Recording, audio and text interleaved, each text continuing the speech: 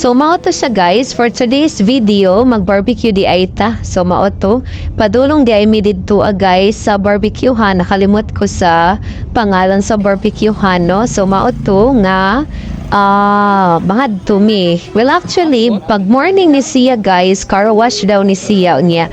Pagka gabi mo ning barbecuehan. So comment down below kung unsa ni siya nga pangalan no.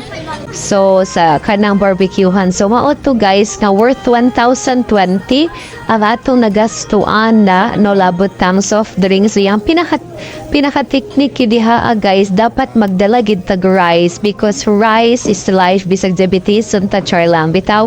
So dapat na gid tay rice para mas makasave. Dapat kung wala yung rice mas dako pag yun ang atong mabayaran ana kay buyag ba pud ta mukaon og rice. So mao to siya guys nga kanang nagbaon mi unya og perfect